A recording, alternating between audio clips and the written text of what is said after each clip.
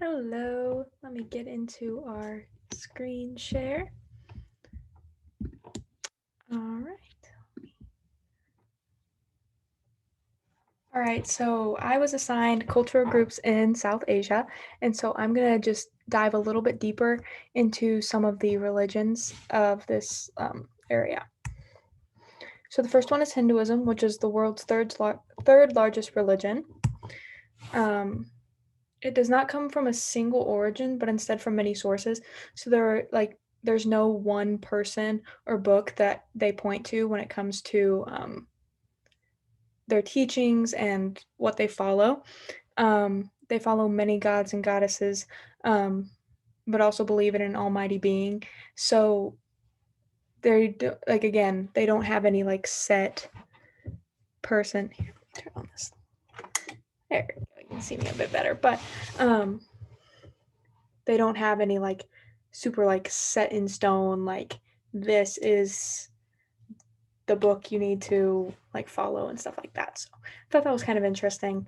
And that there is an almighty being like that they like acknowledge is the almighty, but they don't necessarily have a name for that almighty being or like exactly who that is. So I thought that was kind of interesting. And it has been said that Hinduism cannot be defined, but it is instead experienced, which again is because of this like lack of like, um, there's just nothing you can do to define that. So um, they believe that it's just an experience. Well, it's an experience. It's much less of a religion and more of a just like religious experience. So I thought that was interesting.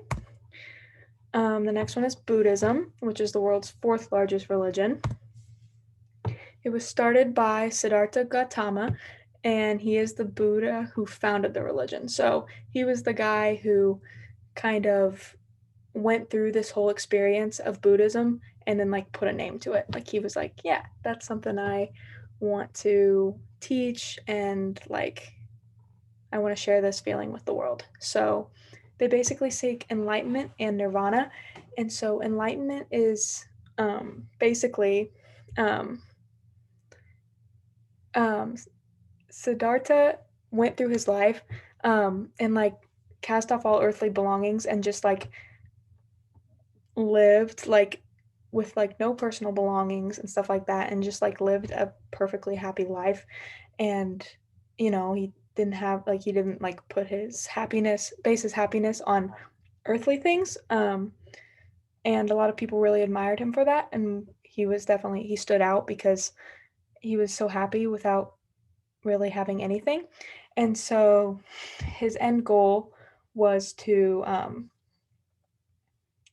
like not his end goal wasn't to pass, but his end goal was to basically just leave this earth like with no like regrets. Like nirvana is kind of the ultimate happiness, like the ultimate like release from this earth. So um, he lived his life until the very end like that, and people wanted to follow him.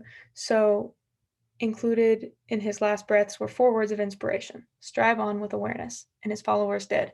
So many, many, many people to this day follow Buddhism and just, especially in South Asia. And yeah, I thought that was really interesting because, I mean, it's pretty cool that um, people can like live their whole lives like just seeking happiness through nothing more than themselves and experiences. So, um, and sorry, stuttering.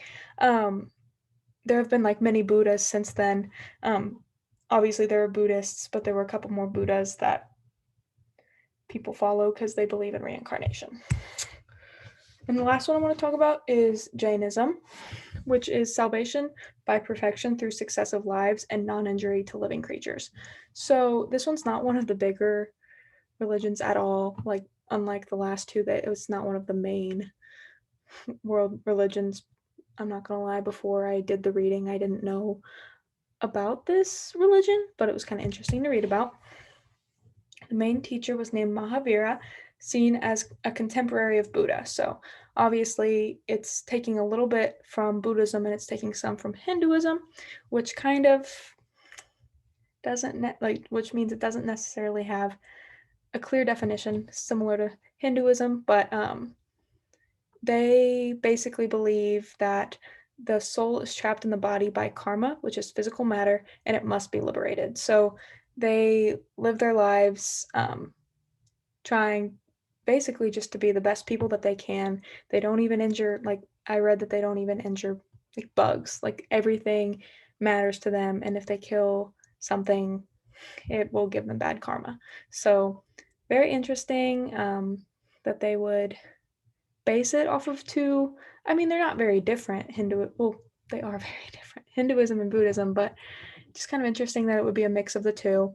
They also believe in reincarnation, stuff like that. So if you do bad things like kill other living things and stuff like that, it can be bad for your karma and stuff like that. So, anyways, I just thought those were three pretty important ones, pretty important religions and cultural groups that I would talk about today. So I hope you all enjoyed. Here's my bibliography, super exciting. But yeah, excited to see all of your guys' presentations and learn more about South Asia. And how do I stop recording? All right, bye guys.